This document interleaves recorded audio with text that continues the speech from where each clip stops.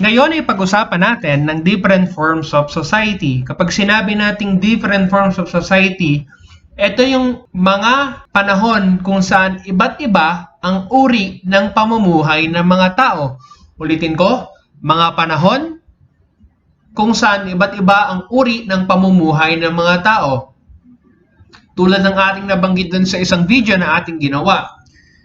Ang pangangailangan ng mga tao ay nakabase sa panahon at sa lugar na kanilang kinabibilangan. Kaya ngayon ay yun ang ating pag-uusapan.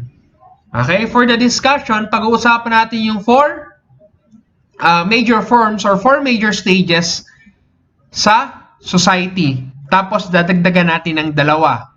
6 yung pag-uusapan natin, pero 4 lang ito sa iba ay 6. Mamaya ipapaliwanag ko sa inyo kung bakit sa iba ay 4 at sa iba naman ay 6.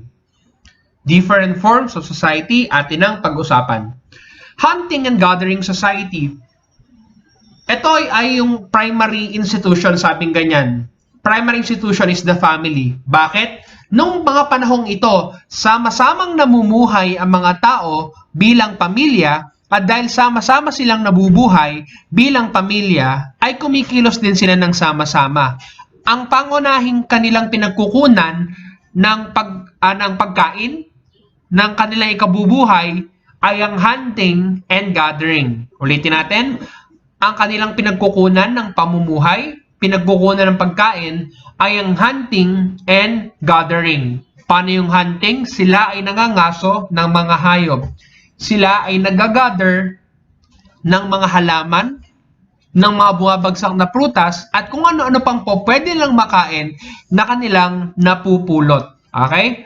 Sabing ganyan. The family decides for food to be shared and how children are to be socialized. Bakit ganito? Nung panahon na yon, ang mga tao sa hunting and gathering society ay per pamilya, sama-sama sila.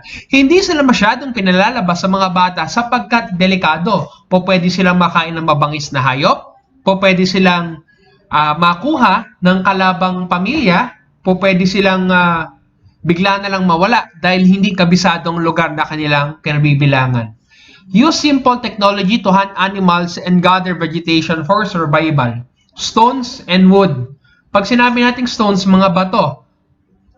Ay, kung sila ay nangangaso, halimbawa, pwedeng ginagamit nila yung bato, pinatutulis nila yung bato, ikinakabit nila, tinatalian nila ng kung anumang baging or kung anumang ugat ng halaman na maaring gamitin sa kanilang pagtatali. Sabi rito, stones and woods are the predominant raw material for construction of tools and weapons.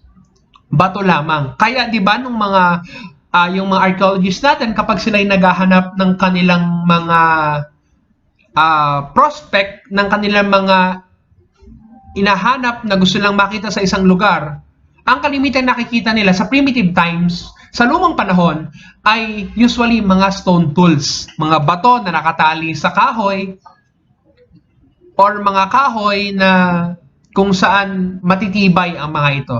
They were also tribal. Ibig sabihin, per grupo. Pag sinabi nating tribal, per tribe, parang isa-isa silang grupo ng mga tao na may kanya-kanyang pamumuhay. May tumatayong leader, may tumatayong mga boss. Panong boss?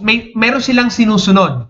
Okay? Meron silang mga tao na kanilang pinakikinggan. At yung nagdidikta kung saan sila pupunta. Ancestral heritage. Dahil sila ay hunting and gathering, meron silang certain teritoryo na para sa kanila, iyon ang pinagmulan ng kanilang lugar. Kumbaga, yung angkan nila ay nanggaling doon lamang sa lugar na yon.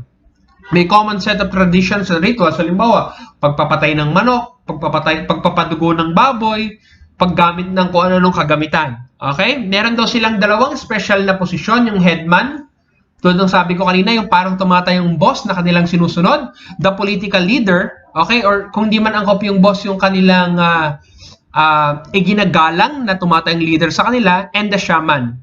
Okay? Yung shaman ay yung tumatayong spiritual leader, yung mga nag-perform ng rituals, maari ring nung panahon na yon ay ito yung nagpapaanak. They tend to be nomadic. Pag sinabi nating nomadic, palipat-lipat sila ng lugar para humanap ng pagkain.